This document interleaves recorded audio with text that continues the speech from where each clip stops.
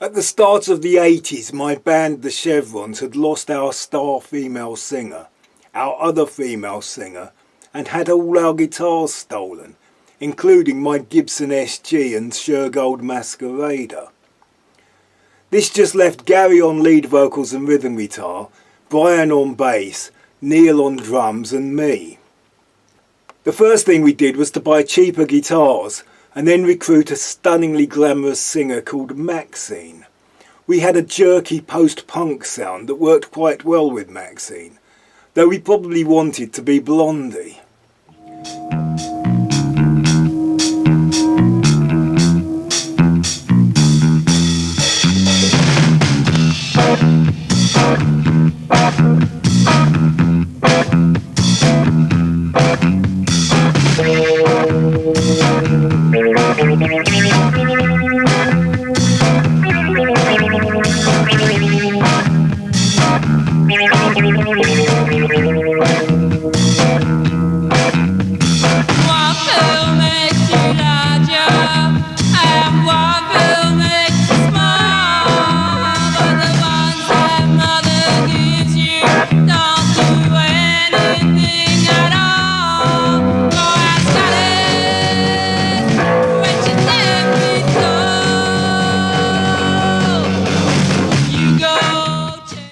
We may even have eventually become better than our previous incarnation had we not inexplicably also recruited a sax player called Ralph. We assumed Ralph would get better, but we were wrong.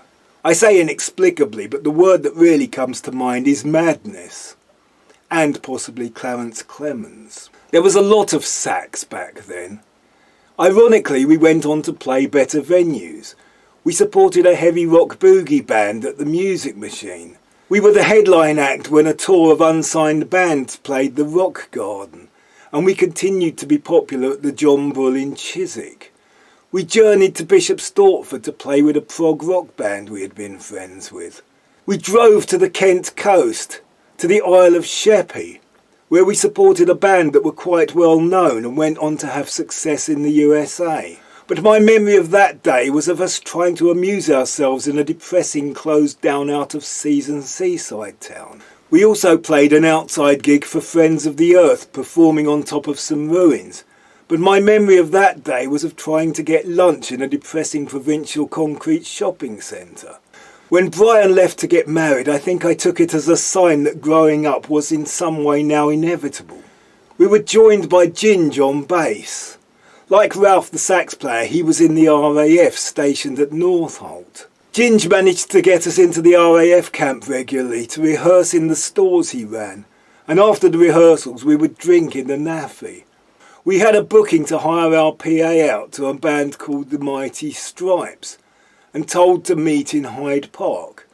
I took Ralph and Ginge to help. We found ourselves on a float going down Oxford Street. The two members of Her Majesty's forces who were with me were slightly concerned that we were heading a protest against the Nationalities Bill. They were even more worried when it turned out we had been seen on the Tea Time News. Only a small part of being in a band is about playing songs to audiences.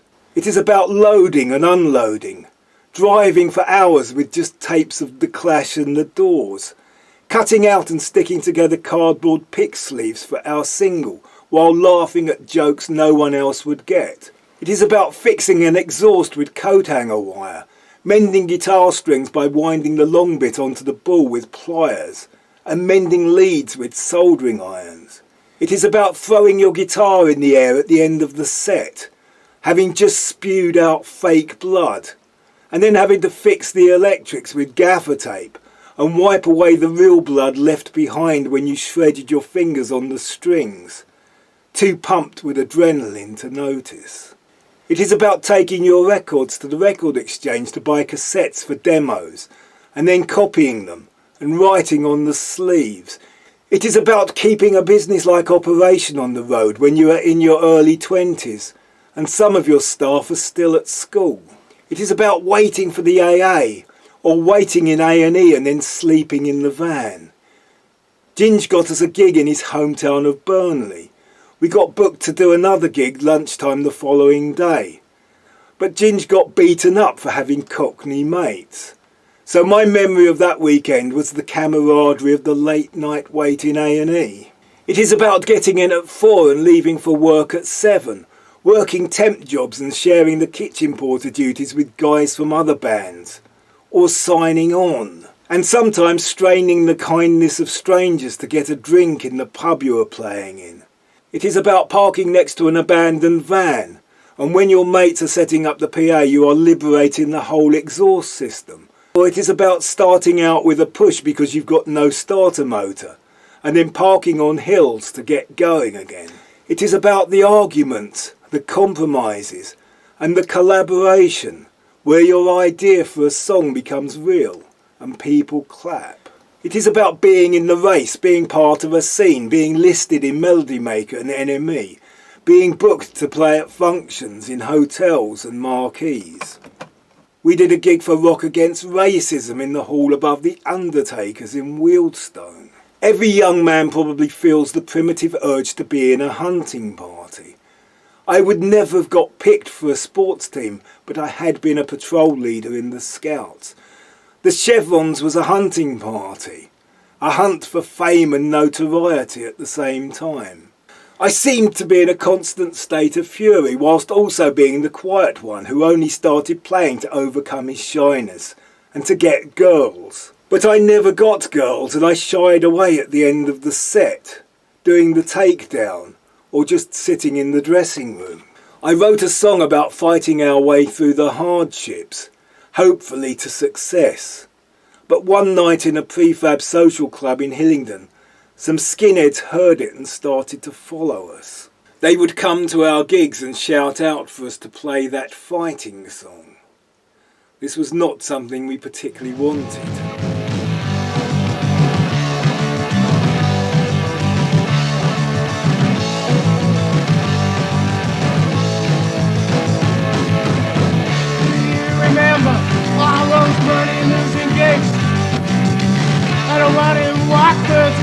Got busted by the pigs when little Andy said he got put away.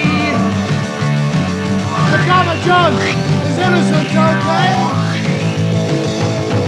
And those guys stop us fighting, fighting. Those guys stop us fighting, fighting. Those guys stop us now till it reaches the top.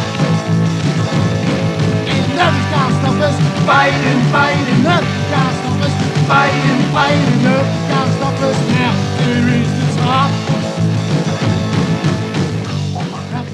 It did not end with a bang. There was no big decision, tearful last waltz, or protracted animosity. It no longer felt like the Chevrons. So towards the end we renamed ourselves the Wailing Pumas. I got a porter studio and a drum machine which were becoming a thing. I recorded demos with Gary and Denny, our old bass player, manager and driver, now playing keyboards. Neil the drummer joined a more successful band that had won the Melody Maker contest and was sponsored by a leisurewear company. Gary and I went to see him support Katrina and the Waves at the Marquee in Wardour Street. Gary and I helped build a 24-track studio in Walthamstow in exchange for being able to record a whole album's worth of songs. We were sort of intending to do something a bit Northern Soul.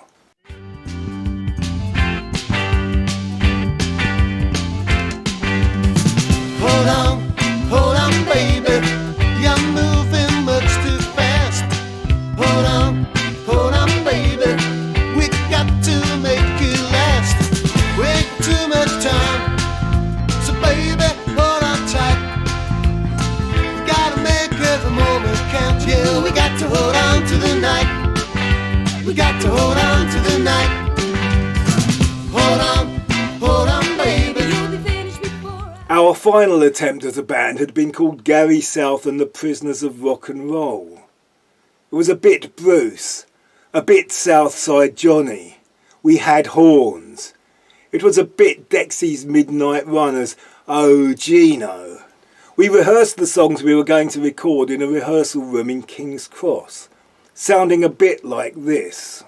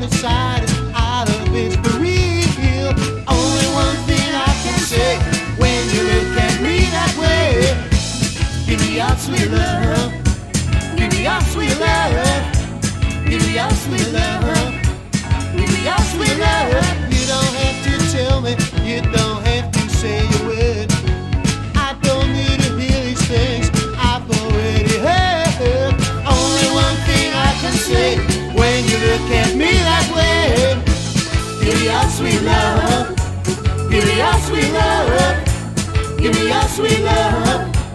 Give me your sweet love.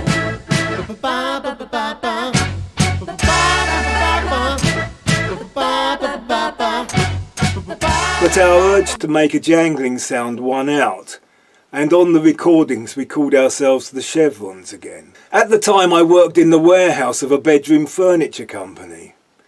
A design fault in the wardrobe doors meant there were always broken mirrors, which would have ended up in a skip had I not, whilst fitting windows in the studio, learnt how to cut glass. I would regularly travel the North Circular with my pieces of broken mirror, and I would often stop and buy a cassette for the journey. I remember buying the Eurythmics album, the one with Here Comes the Rain Again, and I remember buying the latest Slade album. But then I gave in to an urge I had had since childhood, and I bought the cast recording of West Side Story. I was becoming more interested in working in the studio than playing live, and I did not want to keep writing jangly pop songs. I wanted to write a musical. During my day job to pass time, I would often flirt with the receptionist.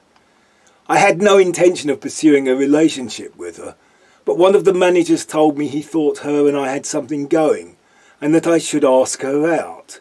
He became quite insistent. He told me I should do it as soon as I could because you never know what will happen. On the Friday he called me into his office and told me I should really do it right away. He psyched me up and sent me away believing he must know something I did not. Maybe she had told him something. I asked her. She said no. I got called into the director's office and was given redundancy with 2 months' pay. I was due to go to the studio that night. Someone phoned to check I was coming. I told them what had happened and a night out on the town was planned. In the early hours of the morning I went to bed in the studio and stayed there for nearly a year.